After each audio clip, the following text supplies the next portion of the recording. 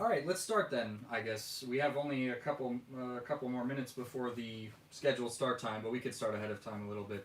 Um, as people file in, I'll explain what is on the agenda for today. I thought I'd start off again by saying happy birthday to Vladimir I. Lenin. If he was still alive today, he would be 151 years old, but his ideas are still alive. And so we still celebrate his birthday to this day. And for those of you who just joined us, actually, we were talking a little bit about this before. That in Russian, there's a very famous slogan called it's Lenin Žil, Lenin. Sorry, I completely butchered it.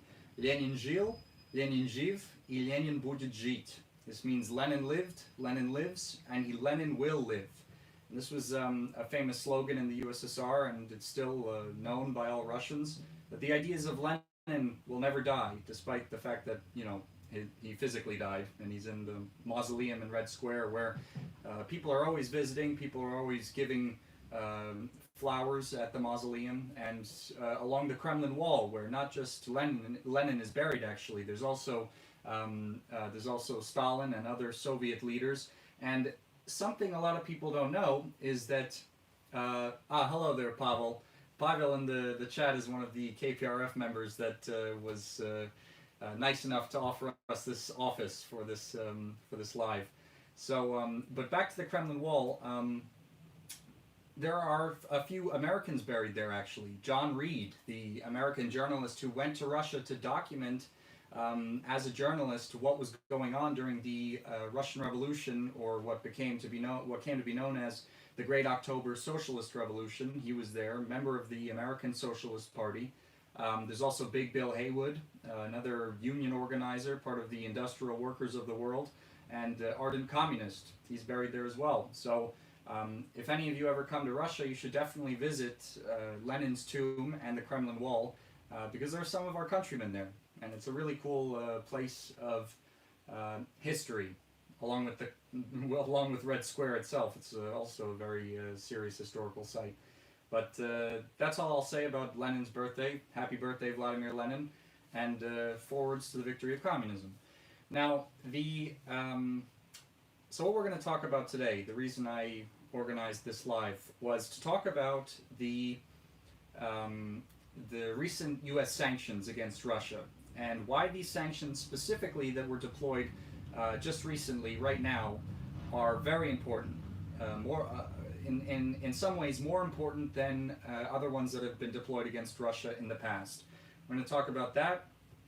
We're going to talk about why it's important specifically that these were deployed by the Biden administration right now, what his administration has, how it's been acting towards anti-imperialist countries in the world, towards Russia, towards America's, or Washington's, I would say, traditional enemies. And we're going to talk a little bit about Ukraine and the Donbass conflict there, because this is completely connected to these sanctions and this sort of aggressive posturing of Washington against Moscow, and we're going to find out why very soon. We're going to talk a bit about that.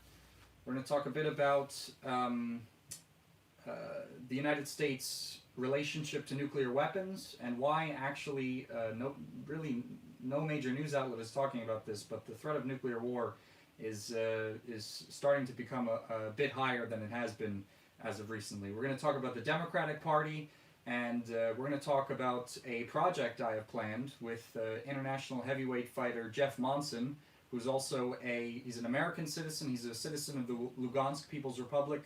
He's a Russian citizen, and he's a citizen of Abkhazia, if you know where that is. He is a really famous guy, and we have a project we're going to do together, and I'll tell you about that at the end. And then after that, we can have Q&A. I'll be reading your questions. You can ask me about pretty much anything about this live discussion we're having, this stream, or you could just ask me about, I don't know, stuff about the KPRF, about my life in Russia, whatever you feel like asking. So let's get the show on the road. All right. So Like I said, I wanted to start with the recent sanctions that were deployed by Washington against Russia, which also came at the same time with an expulsion of Russian diplomats. This all happened actually on April 15th, not too long ago, just about a week ago.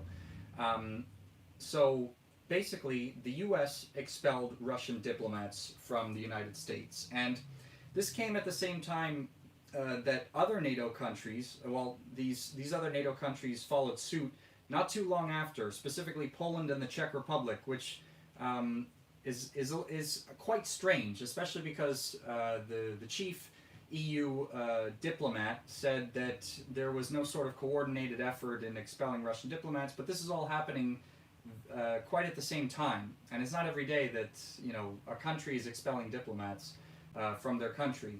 Um, and of course, there was a tit for tat response from Russia. Russia had expelled diplomats from the United States, from Poland, from the Czech Republic. And alongside these expulsions came new U.S. sanctions, like I was talking about before. These targeted Russian individuals, organizations, and specifically the national debt, which is really where it seems Washington is trying to, hurt the Russian government and hurt the Russian people in general. Now, these sanctions were deployed because the United States government said that Russia had meddled in the 2020 U.S. presidential elections. They said that they interfered in it, and also that that Russia was somehow involved in the SolarWinds espionage scandal that happened between late 2020 and early 2021. Of course, the U.S. blames Russia for both of these things and doesn't put any evidence forward. There's no evidence that any of this actually happened. Who knows if there even is evidence that they are deciding not to publish? Maybe it's just a ruse. Who knows? But there's absolutely no evidence to prove that any of this is really relevant at all. And of course, Russia says that they had nothing to do with it. And Russia also seems to think that these, the way Russia's received these sanctions is that they're just saying that it's hurting relations. It's actually not even hurting their economy very much. I have some statistics here. The Kremlin has already said that these sanctions are actually making the Russian economy more autonomous than actually causing any damage. Because since 2014, when we saw major U.S. sanctions leveled against Russia, this was surrounding the referendum in Crimea and the formation of the People's Republics of Lugansk and Donetsk. The U.S. had placed very serious sanctions against Russia in connection to all that. But since then, Russia, they didn't sit around and say, "Oh, our economy is crumbling," and blah blah blah blah blah.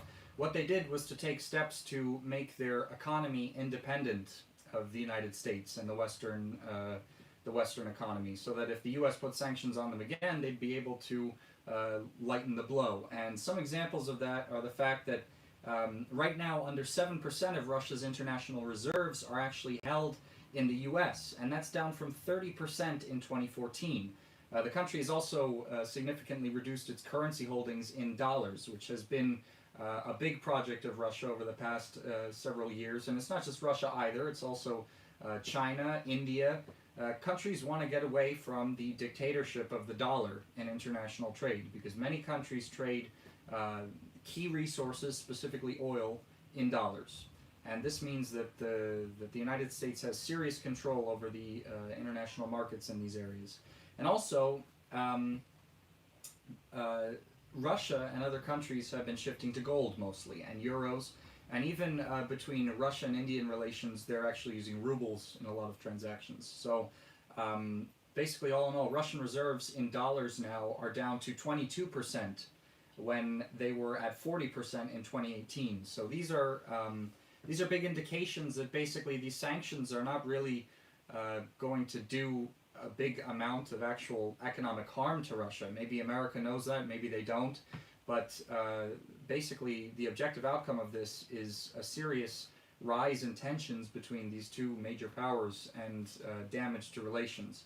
I mean, I think it's safe to say that after everything that's happened over the past year, relations between Russia and the United States and Russia and Europe are, going very close to non-existent. But on that note, I wanted to start talking a bit about Biden's administration and why I think it's what we've seen so far is absolutely dangerous and completely unpredictable because of the fact that just about a month ago, this was kind of just about a month ago was basically, I think, the major, the first major stance that Biden took on Russia when he called Putin a killer on national U.S. television.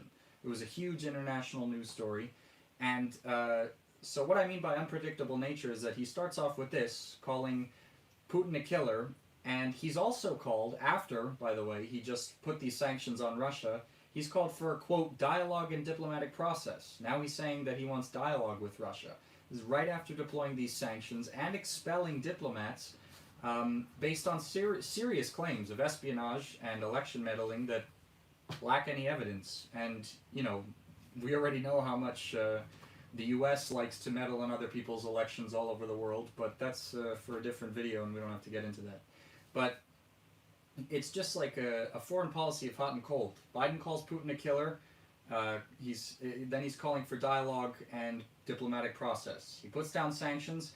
Now Biden's also calling for a summit with Russia to talk about improving relations over the summer. And, Russia obviously thinks this offer is not genuine, and they've said that they're not going to be at any such summit in the near future. At the same time, though, Washington is warning Russia that there may be more sanctions on the way, specifically if Alexei Navalny dies in prison. Now, this is a bit of a sub-story that we could talk about for a minute, but Alexei Navalny is basically on hunger strike right now in the penal colony where he is. He's on hunger strike because he wasn't allowed to see the doctor that he wanted to see. He thinks he has the right to choose the doctor that he's provided for in prison, which is not allowed in any prison in any other country in the world. So, obviously, the government is saying, you have to deal with the prison doctors. And actually, interesting enough, you can see what his prison conditions are like. For those of you who don't know, I work at RT, and we did a piece on where we sent several journalists there. Even Maria Butina, who was a Russian student who was arrested in the United States on charges of being a foreign agent, and she spent time in an American prison, but she's since become a journalist for RT. And you can find this report we did on the RT website where we went to Navalny's prison. And to be honest, I saw the film we took ourselves, and it looks a lot nicer than an American prison, but that's just my personal opinion. Anyway, if you want, you could find them on our YouTube channel or on the RT website.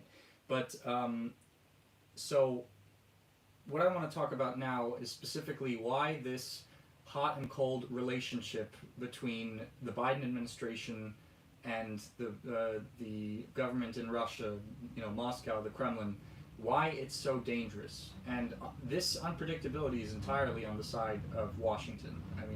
The Russian government has said time and time again, we want to work with you, but we're not going to if you continue to threaten us, especially with sanctions and expulsions of diplomats on claims that are not even proven.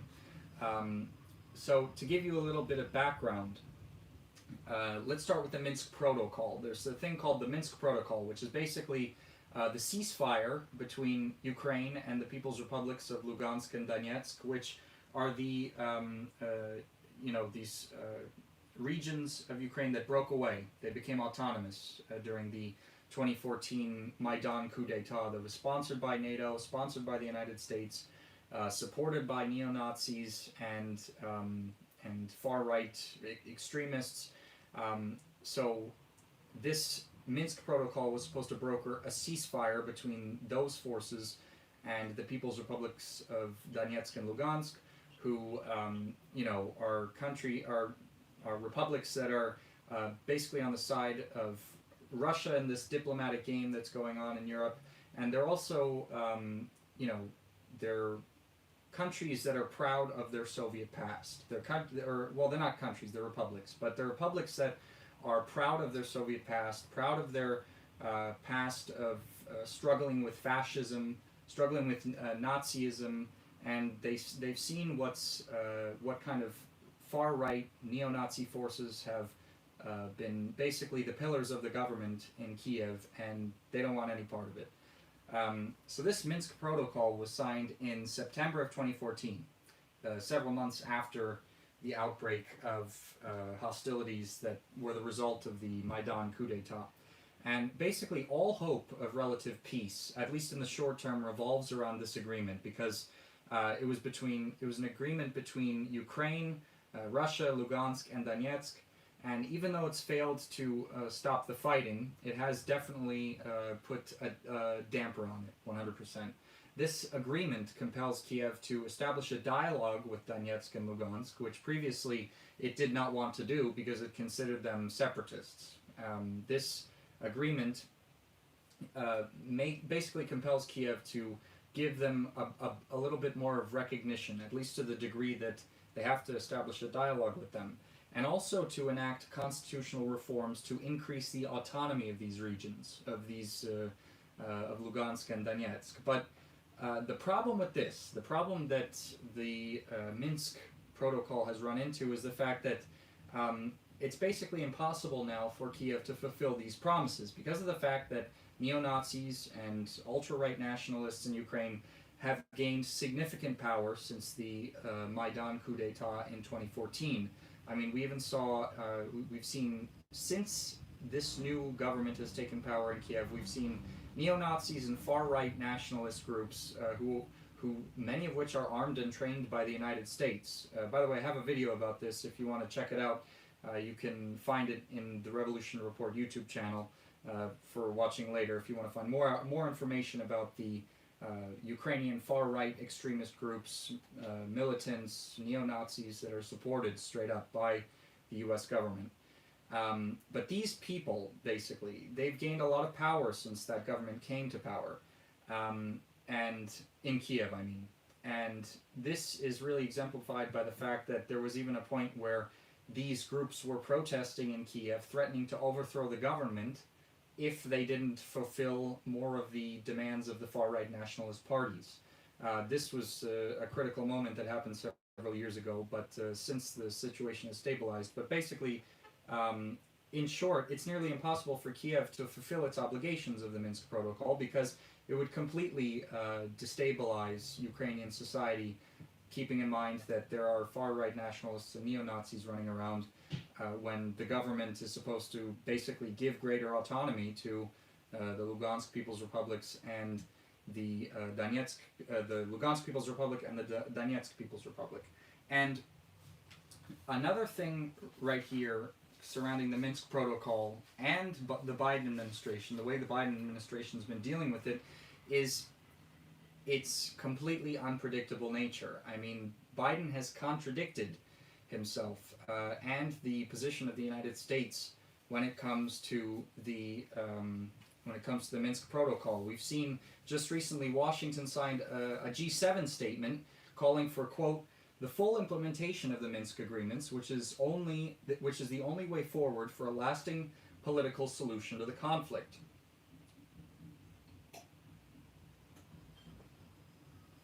Now, that is actually in contradiction to the fact that his administration has actually challenged the deal in the past, calling it, doubting the possibility that it's going to lead to peace there. And this is just a repeat of the Biden administration's stance, the way it's been conducting itself in foreign relations since Biden was elected. But it's especially dangerous in this conflict specifically because Russia is surrounded by U.S. military bases on basically all sides. I mean, there's Estonia, Latvia, Lithuania, Poland. These are all NATO countries with U.S. military bases in them. This, and if Ukraine is added to this list, which Kiev wants to happen, Kiev wants to become a member of NATO, this would just put Russia in an even more difficult position. It would increase tensions, and it would increase the likelihood that Moscow would be willing to defend itself with more means than just diplomacy, if necessary. If the defense of the country is at stake, it's just making tensions between the West and Russia even harsher. So another thing is that right now the contemporary conflict is heating up, specifically right now, because we've seen a mobilization of troops in Ukraine to the what we call the line of contact between Ukraine and Donbass. This is something we saw at the beginning of this month, and this is a serious development that Ukraine is again trying to see if it can, have its way in this conflict. And the fact is that they're doing this because they're emboldened by this blank check that Washington has given Kiev. Washington has said that they can unconditionally support Ukraine, that basically Ukraine can do whatever it wants to do and Washington will support it. And let's not forget that Kiev, like we said before, is under pressure of neo-Nazis and far-right nationalists.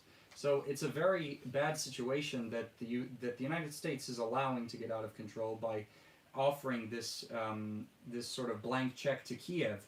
And of course, in response to this, Russia mobilized its own armed forces to its side of the border near the Donbass conflict zone. Because in the event of a Ukrainian invasion, Russia has already said, if Ukraine opens, makes this war hot again, then Russia will defend its people, and that can escalate into an armed conflict, which is the last thing anybody needs in Europe. It's a very dangerous prospect we're talking about here, but because Russia mobilized its troops in response to this, we've already seen the mainstream media talking about how Russia is the aggressor here, about how because Russia has moved its troops to the border, it's posturing in an aggressive manner and whatnot. And there's actually even one example that we at RT had covered, the fact that CNN had produced fake news, literally produced fake news about alleged Russian troop movements towards the border, and they showed a video that was actually Ukrainian, the movement of Ukrainian tanks via rail. And the reason we know that is because our experts looked at the train station in which they were. It was located in Ukraine, and the tanks had Ukrainian flag colors on them. And CNN was saying that these were the movements of Russian tanks. But later we did a story on that, and CNN since took down its internet article about it, but they never removed the video on their YouTube channel. And this seems to me like a very typical propaganda move that Western news outlets typically employ, actually, because I've seen similar stuff with, for example, Fox News. When I was a student and I was an activist at Students for Justice in Palestine, I remember Fox News all the time, to defend Israel, would say that Hamas is bombing buildings and show, in footage that was not even relevant to some sort of rockets falling from Hamas onto Israel. So this is something I've actually seen several times in my life, but it just goes to show how propagandistic these news channels are, and they even admitted it. I also did another story that you can find on my YouTube channel about the technical director of CNN getting tricked into a Tinder date, admitting that he basically occupies himself with propaganda at CNN. But that's another story. Anyway. So basically that's all I'm going to say about Ukraine for now, but we could talk more about that later. But another thing I wanted to talk about, like I mentioned at the beginning, was the current threat of nuclear war that has actually been relevant since before this Ukrainian conflict has been getting hotter again. But it's becoming even more relevant because of this.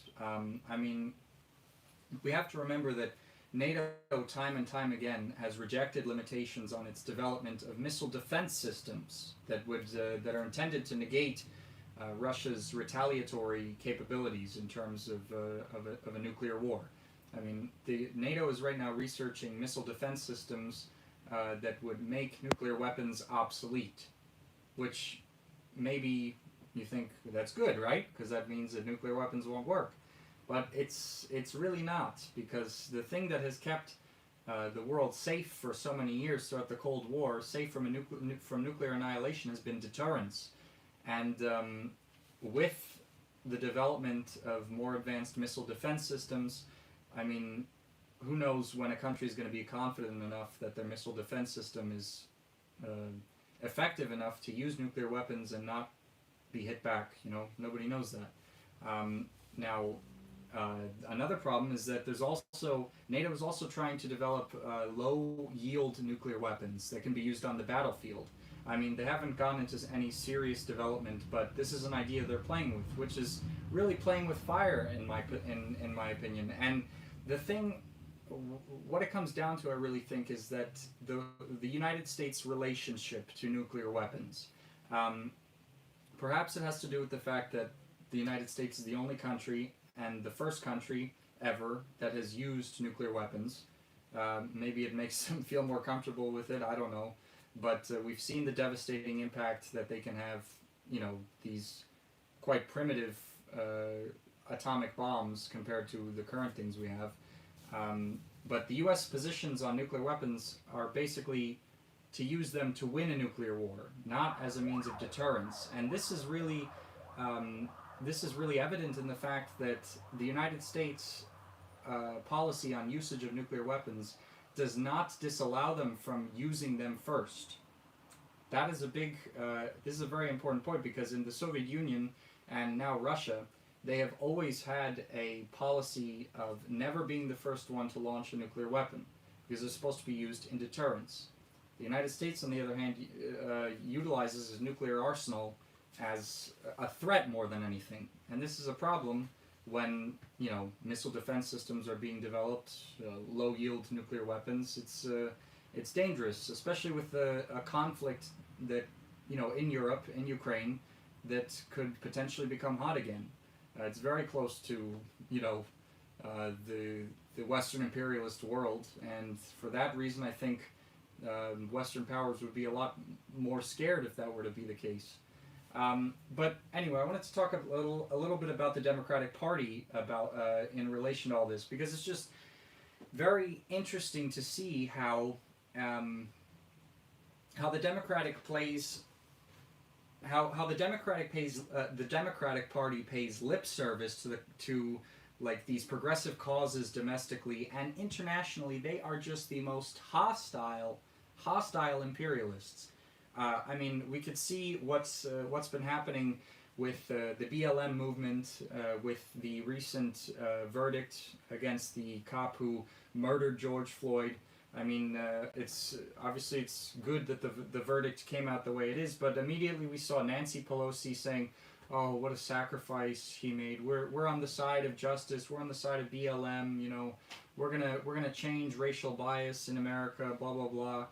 There's another representative of the U.S. government, part of the Democratic Party, Maxine Waters, who was like in the protests saying, you know, yeah, we need to protest more and this and that and blah blah blah. I mean, they're trying to use this anger that is directed towards the system of institutionalized racial bias and racism in the United States as a political mechanism to get more power themselves, and they don't have any solution to that.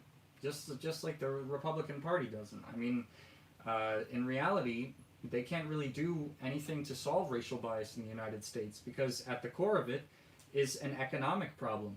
I mean, we have ethnic ghettos in the United States, and they lend their existence to the fact that, you know, Black America was never allowed to properly integrate into society after the ending of racism. The federal government, after the ending of slavery, the federal government didn't do anything to, you know, provide them with the knowledge and the land, the resources that freed slaves needed to reintegrate into society. And because of that, we still live with the consequences of, you know, institutionalized racial bias against Black people, ethnic ghettos in the United States, and as far as I'm concerned, there's no sort of bipartisan politics that's going to fix that. Nothing. I don't think anything short of a massive redistribution of wealth in throughout the United States is going to change that. I mean, schools need to stop being funded by property tax.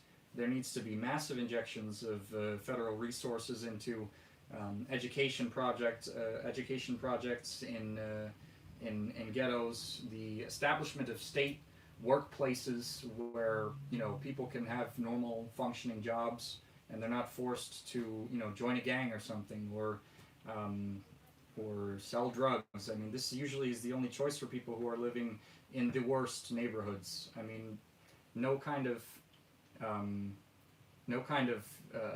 checks on the police are really going to significantly change this situation. But anyway, that's all I have to say about. That's all I'm going to start off with, basically, with the sanctions and the Democratic Party and all this. But before we go to Q&A, like I said, I wanted to tell you about a project that we have planned. Well, that I have planned with Jeff Monson. We're planning to go to Donbass at the end of May because we want to film a longer documentary-style video of what's really going on there, especially because of the fact that a lot of people have forgotten about this conflict over the past several years, and there's still stuff going on. The governments in the People's Republics of Lugansk and Donetsk are still functioning. They have they've developed a bit more since the conflict. We want to go there and film a documentary film, and also my most popular video on this channel was my interviews with the former Soviet citizens in Moscow. Remember I had that video that where I just went on the street and interviewed random people about their lives in the USSR. One of the biggest criticisms of this video was that I was just asking people in Moscow, which are apparently the they're the Soviet elite, which is wrong, because the fact is that in the Soviet Union actually things were much more egalitarian in terms of the difference between life in Moscow and life in the countryside than it is now.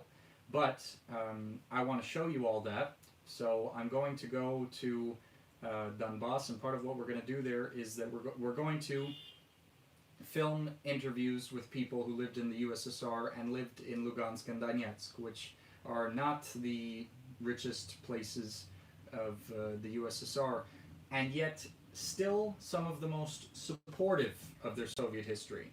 I mean, if you know anything about Soviet history, there's a guy named Stakhanov, which a whole movement, the Stakhanovite movement, was made in his honor, and he was a very ardent Stalinist, and Donetsk was very supportive of Joseph Stalin during those years, and even after it was a very communist region, they still, part of their identity as people's republics, of course, is that they're living in alignment with their Soviet legacy. And so we're going to talk to people there about what they thought about their lives in the USSR, and also about the fact that they lived in Ukraine, SSR, and about his heritage of anti-fascism. And Ukraine was under Nazi occupation for some time.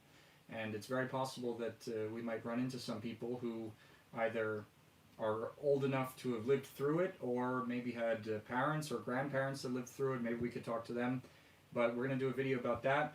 We're also going to do, of course, a video about the conflict itself. We're going to interview combatants from Lugansk People's Republic and Donetsk People's Republic. We're going to visit an orphanage where there are kids who lost their families and their parents, unfortunately, because of the contemporary conflict there.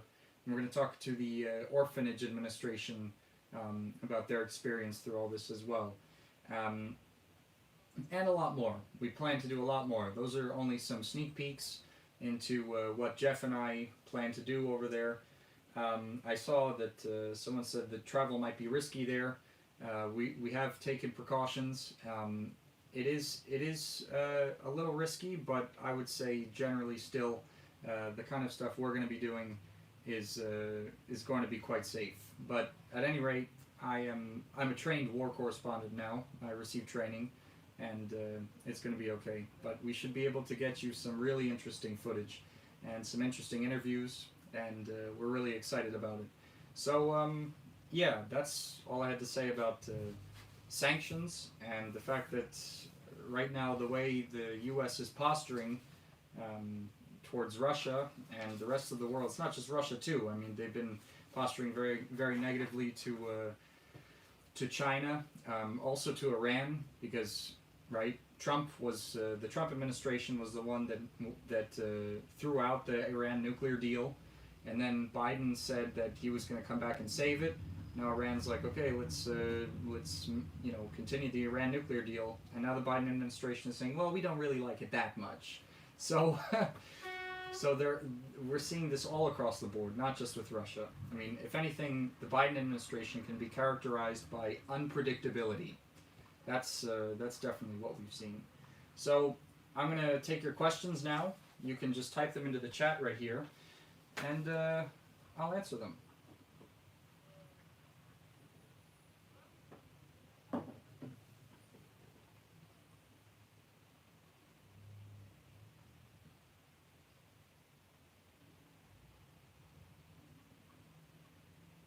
Questions about anything. About the KPRF, about this office, about me, what it's like to live as an American and a Russian at the same time. Can you speak about Navalny, please? Yeah, I could speak about Navalny. What would you like to know?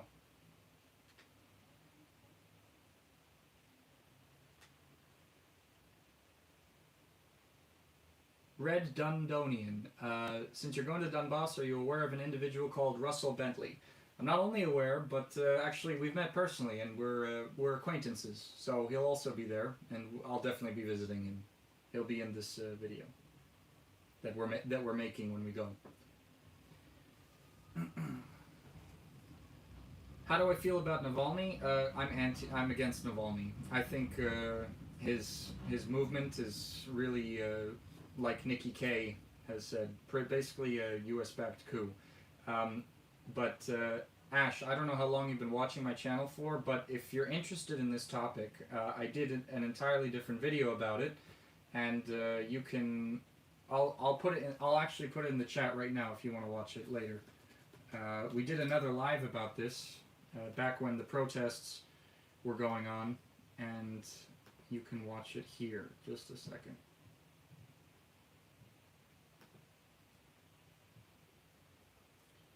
So let me find this. Yeah, here we go. Alexei Navalny, protests, and where the Russian left stands.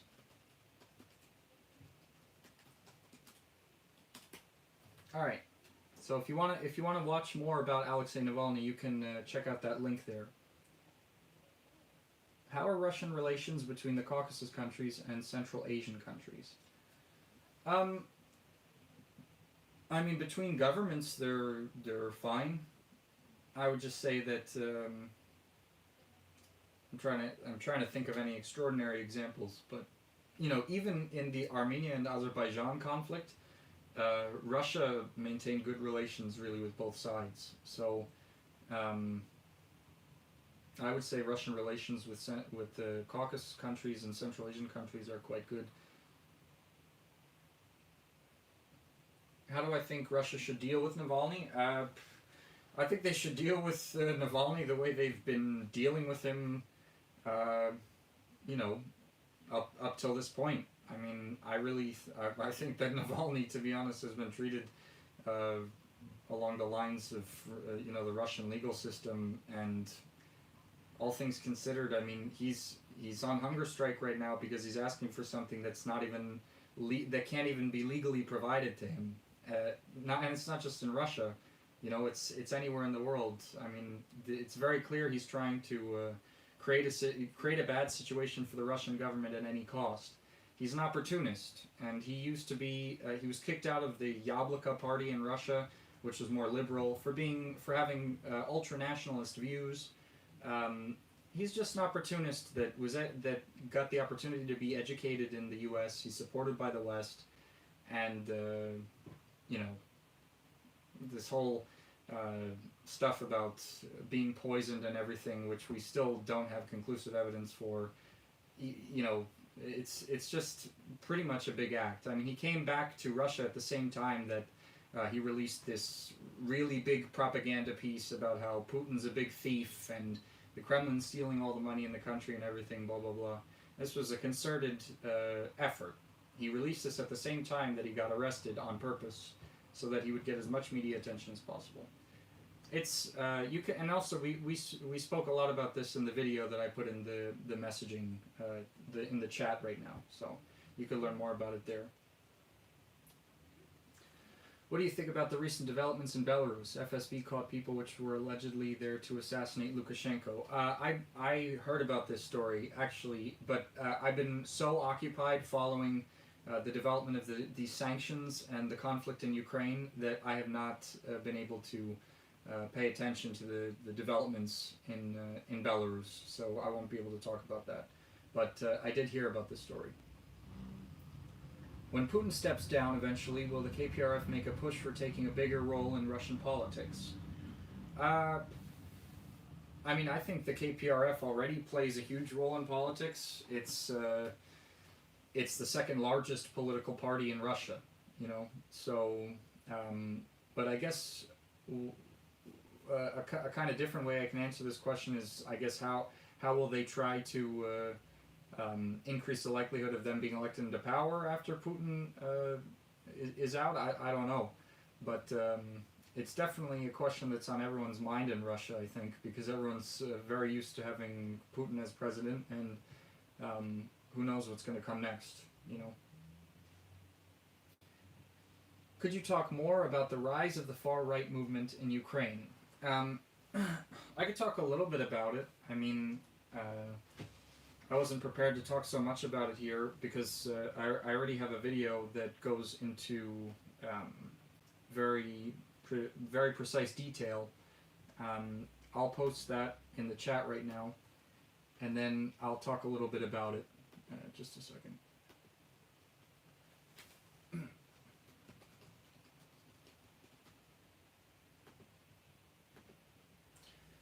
Yeah, so if you want to learn more about the rise of the far right in Ukraine and the nationalists, the far right extremists, the neo-Nazis that basically prop up the Kiev government, you can watch that video. But I mean, in short, Ukrainian nationalism, Ukrainian far right extremism, neo-Nazism, this stuff has been in Ukraine for absolutely decades. I mean, when the Nazis invaded Ukraine, there were many people who became collaborators, mostly from the West, and they, like Stepan Bandera, for example, he created a brigade that was supported by the Nazis, and he declared an independent Ukraine after the Nazis invaded, and actually the Nazis took him and put him in a concentration camp because they didn't want him saying that Ukraine is independent. They had their own goals there, but still they put him in the concentration camp, and the Germans said, "Okay, you can continue to command your insurgent force from the camp," and he continued to do so. And this guy is a hero right now to ultra-right nationalists in Ukraine and neo-Nazis. He's a hero. There are people, and actually Stepan Bandera's organization continued to conduct an insurgency in Soviet Ukraine even after the war ended. This was similar in Poland, where anti-communist groups had conducted an insurgency as well. So it goes back very far, and they've always been there, even through the Soviet period. But in the Soviet period, obviously, they were repressed.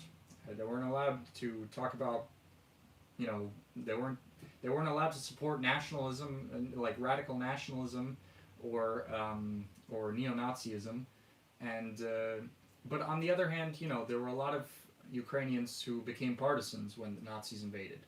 They fled into the woods, took up arms, and fought the Nazis any way they could. In connection with Moscow, they communicated with them. So there's two shades of Ukrainian history. and it's very divided along these lines, and that division from World War II continues to this day, and that's why it's going to be important to do interviews with people about their Soviet past and how it's relevant to the current struggle with right-wing nationalism. Hello, USA proletarian.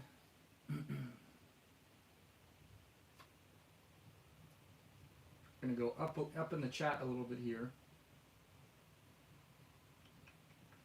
Didn't protests fade away and never got any traction to begin with? He's just a guy in jail now, as far as I know. You're talking about Navalny? Yeah, it's true. The protests. I mean, there were some protests yesterday because of Navalny's hunger strike, but basically they've completely faded away.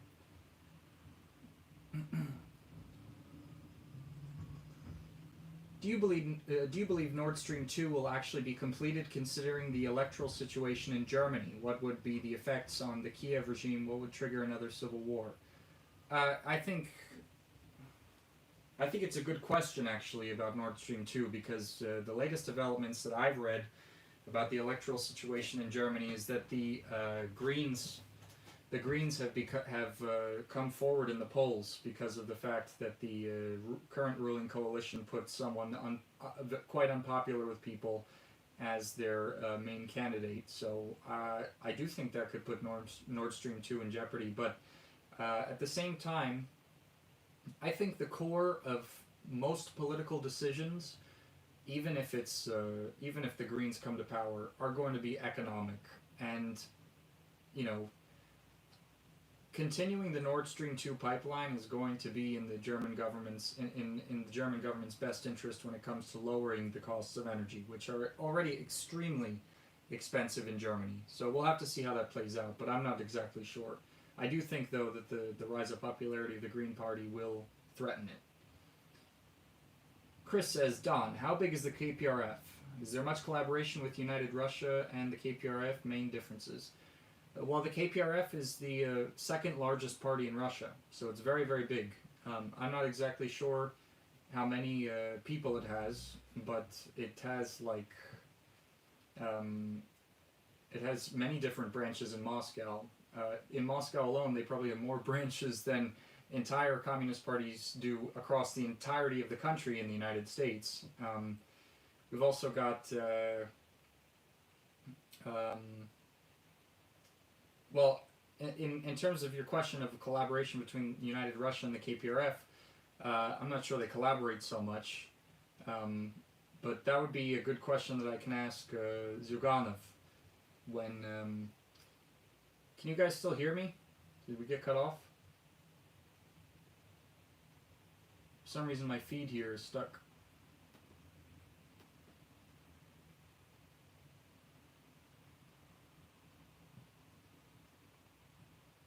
Oh, okay. Looks like the video is frozen, but you can still hear. Okay, well, sorry about the video. I'll just continue talking then.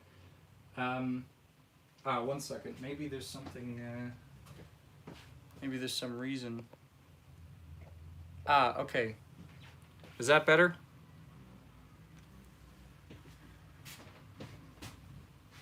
Okay. Sorry about that. My phone's battery just got kind of low. I thought I plugged it in or whatever, but that's okay. Alright. Where was I?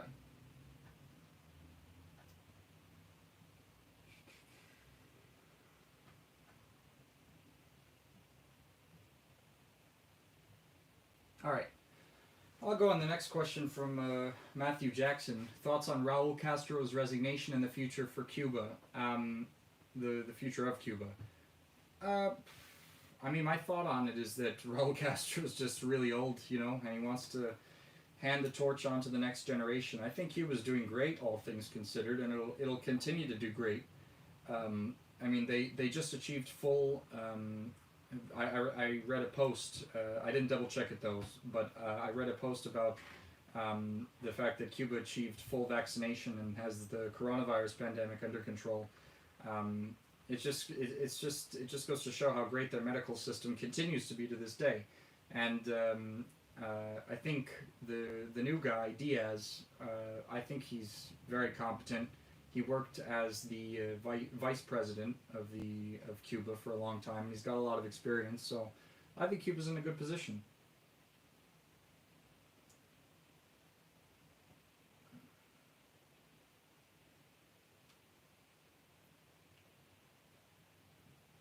Could we see increased defense cooperation between China and Russia to counter the U.S.? Perhaps more agreements on top of the ones already in place. Um, I'm not sure actually, because I think Russia and China have different foreign policy agendas, and of course they, share a common kind of opponent in the United States. But generally, they kind of do their own thing and cooperate where they can. I would like to see more cooperation between the two countries, definitely. How much influence in Russia does Dugin actually have? Is he this really big boogeyman that the West portrays him, or no? This is a good question. I think Alexander Dugin had a lot of influence back in 2014. I mean, a lot of people were reading his stuff and watching his interviews and stuff. I just saw him on TV the other day, actually, but I think he's not so much in the spotlight anymore as he used to be.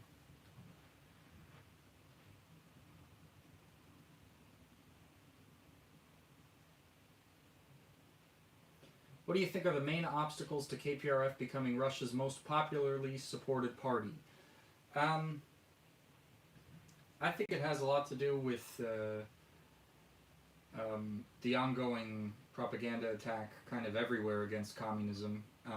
In Russia, there's a sort of it's hard to say. People are really mostly proud of their Soviet past and everything, but the link between the Soviet, like how people lived in the Soviet Union, their achievements, and the economic system of socialism, these two concepts are like being pulled apart by the way people are understanding their history, I think. And so I think the KPRF would have to,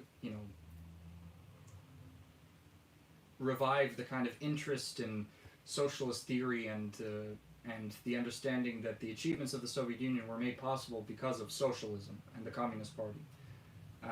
But there's a lot to do. I mean, not just in the KPRF, not just in Russia, but all over the world. I would say the communists all over the world are in, well, maybe not all over the world. I mean, Vietnam, China seems to be good, Cuba, but in most of the world, especially the West, I mean, and Russia, there's a bit of a crisis among communists right now, I think.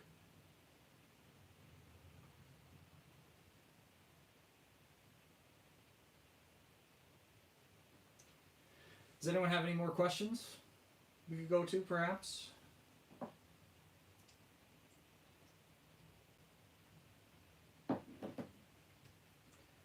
You're very welcome, Suleiman Lyle.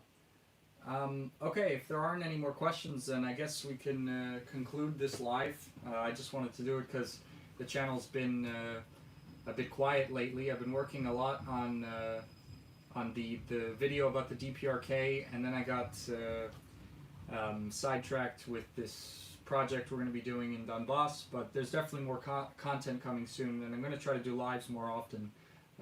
Some new questions.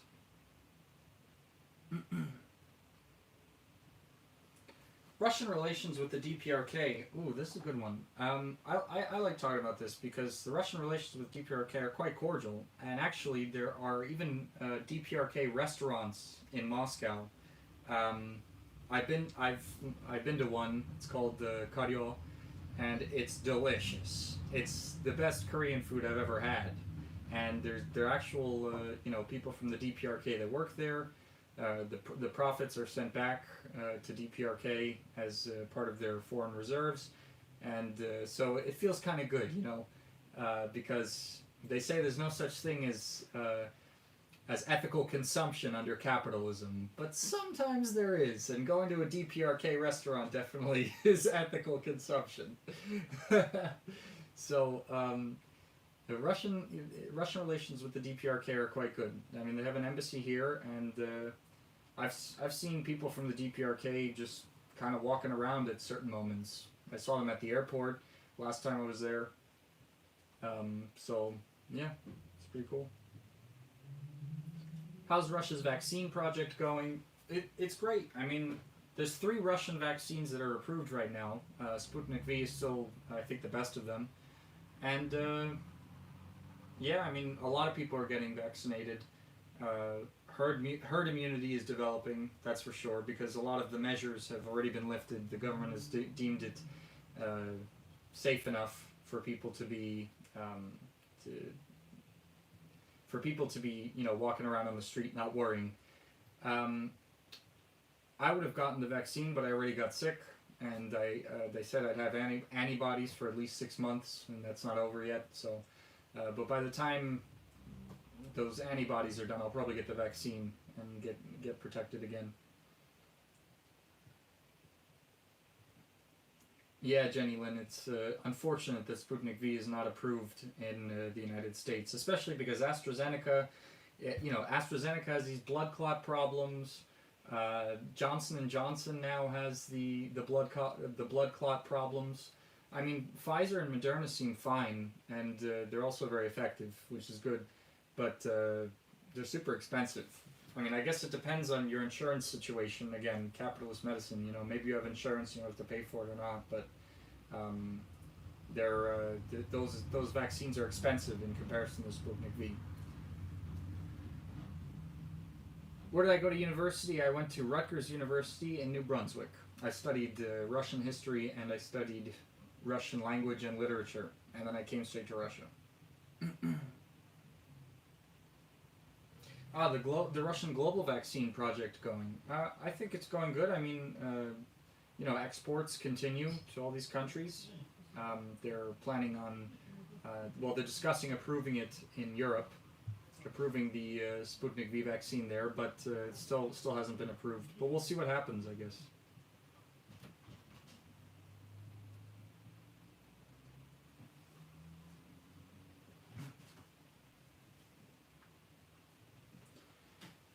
Yeah, Jenny Lynn. Like I said, I don't know. I don't know about the.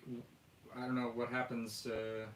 What your insurance situation is like, but I just know my mom, for example. She told me she got Pfizer, and but just because of her insurance, she got it for free. So I don't know. In Russia, like they still have a basic degree of universal health care for people. But then, if you have a job, usually they give you additional, and so with my job, I basically have free healthcare.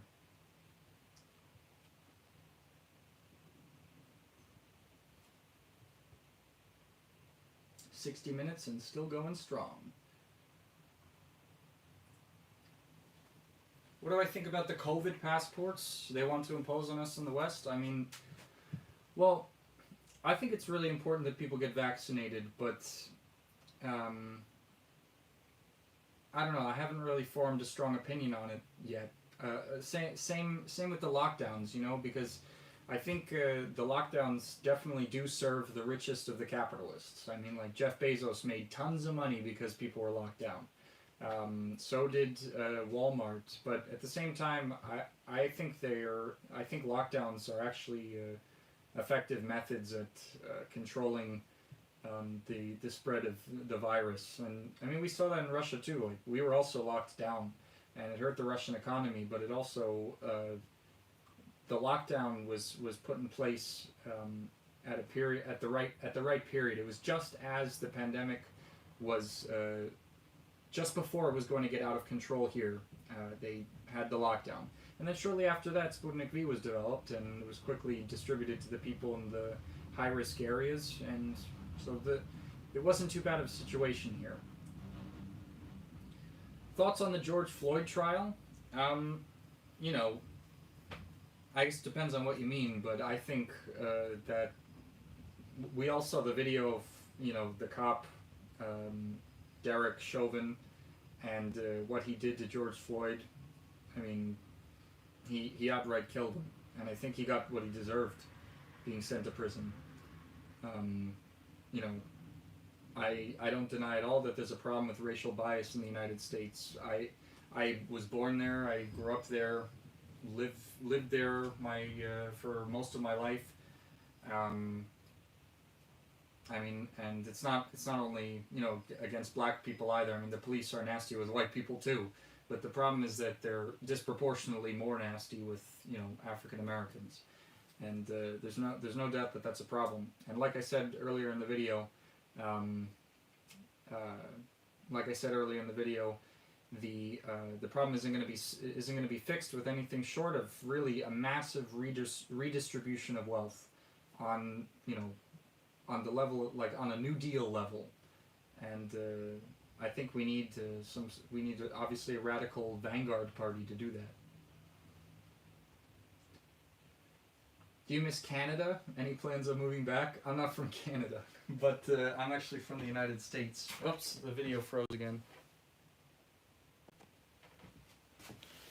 Just a second, guys. 1 second.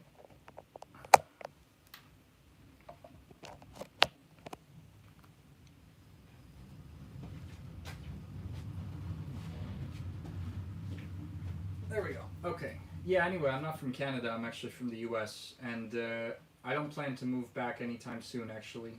But I do miss it there sometimes. I'm just having a really great time in Russia. I mean, I'm becoming more and more fluent every day at my third language of Russian. Spanish is my second, but I've really lost all ability. I used to speak it with my mom, and now I can't speak it at all. But I can understand it, so yeah, no, I don't plan to return anytime soon. To live, at least. I'm visiting in June, so. Is there any hope that Eastern European countries that are not part of the EU will be more aligned with Russia and China after this pandemic? Yeah, I think so. I think Sputnik V has really helped relations between Russia and those countries. You know, no doubt about it. Are there any Marxist organizations at Rutgers? Well, I actually helped found an organization that's still there called the All Marxist Leninist Union. I was one of the founding members, and it still exists, so if you're at Rutgers, definitely check it out. I don't know who's running it now. I think it's like third or fourth generation of people there at this point, but I do consider that one of my achievements. I was one of the first to found that organization. Now it's a very successful, flourishing student organization.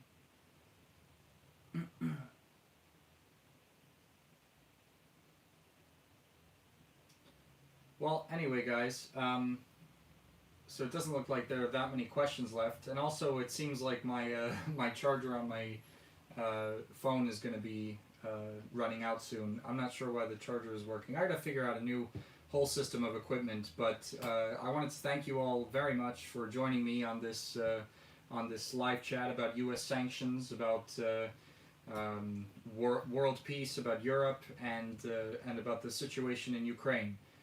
Like I said, I'm going to try to do more lives, and we're going to try to do this, maybe make it a bi-weekly thing, and get all that content out. The DPRK video is coming out, the documentary film for Donbass, we're going to go there soon, so definitely stay tuned, and if you're watching and you haven't subscribed, definitely do so, please, and stay up to date with any new content I'm coming out with. If you want to support the channel even more, I would be very thankful if you became a supporter on Patreon. There's some cool benefits to that. You can check it out at the Patreon page that's linked to a lot of the videos, and I'll put the link also in the description to this video. So thanks a lot for watching, everyone, the Revolution Report, and I'll see you again in the next video.